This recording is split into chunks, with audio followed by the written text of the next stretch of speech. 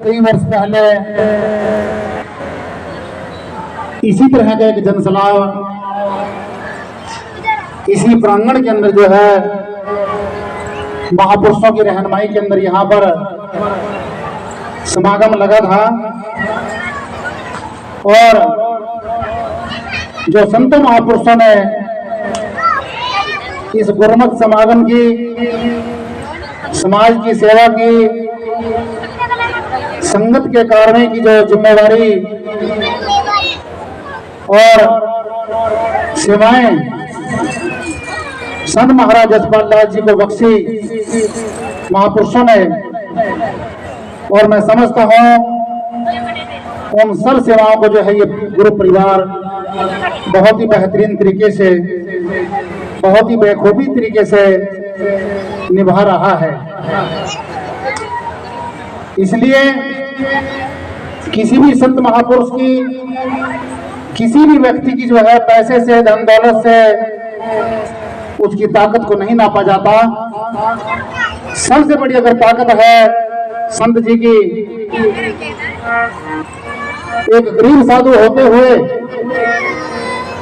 इतना बड़ा संतों महापुरुषों का जो गुरुमत समागम है अपने आंगन के अंदर करवाना, ये छोटी बात नहीं है, कि बहुत महान बात है।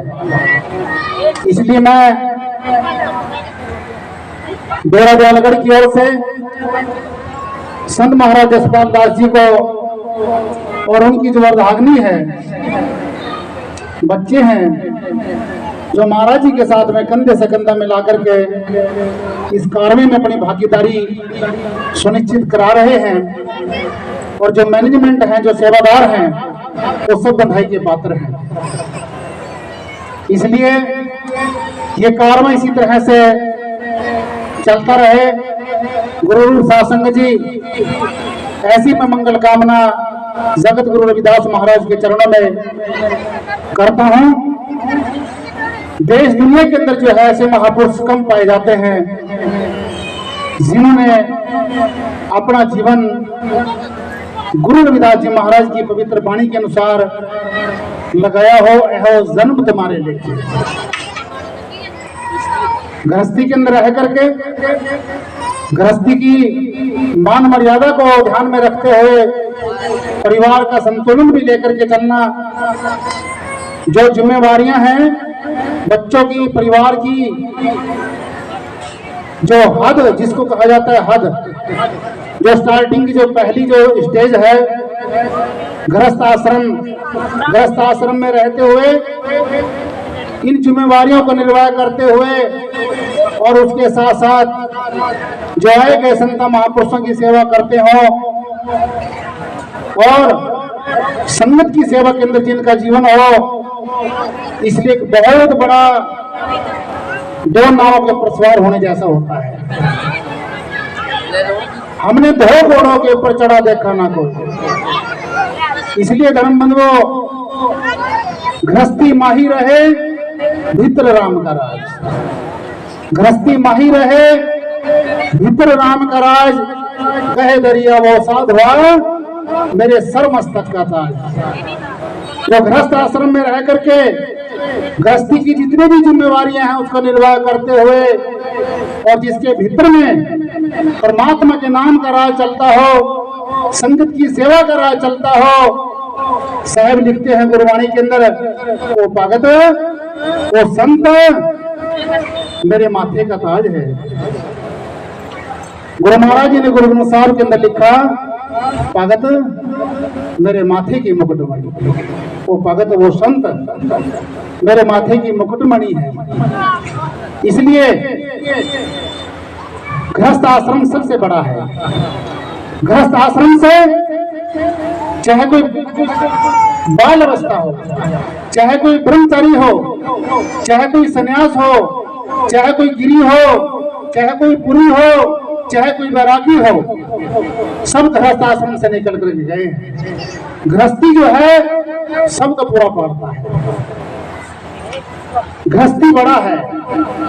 इसलिए जगत गुरु रविदास जी महाराज, सतगुरु कबीर साहेब जी, गुरु नानक देव जी और देश दुनिया के अंदर जितने भी महान महापुरुष आए, उन्होंने जो है गृहस्थ आश्रम को सबसे बड़ा दर्जा दिया है, सबसे बड़ी तवज्जो दी है। इसलिए गुरु रूप साध संगत जी अपने गृहस्थी में रहें, गृहस्थी में रहते हुए संगत की सेवा करें, आए गए महापुरुषों की सेवा करें।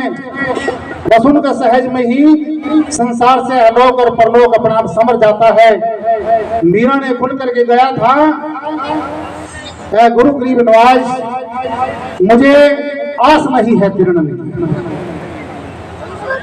मुझे किसी तरह की कोई मुक्ति नहीं चाहिए, मुझे तीर्णी की जरूरत नहीं है, बस मुझे केवल आपके दर्शनों की प्यास है।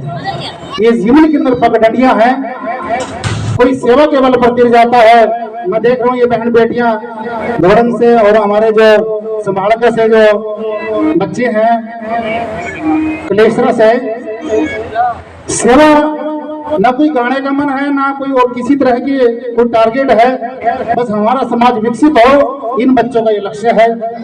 तो धर्म बंधुओं, ये सेवा, सिमरन, सच्चाई, सत्संग, महापुरुषों की इबादत करने जीवन के अंदर पगडंडियां हैं। कोई एक पगडंडी को मजबूती से पकड़ लेता उसका सहज में निस्तारा हो जाता है। जैसे हमारे संत जसपाल दास जी महाराज, संत सोमदास जी महाराज, संत सुरेश दास जी महाराज, संत श्यामलाल जी महाराज और हमारे महाराज जी संत मदन दास जी, जिन्होंने हजारों की तादाद में एक बहुत बड़ा समागम अभी रचाया था।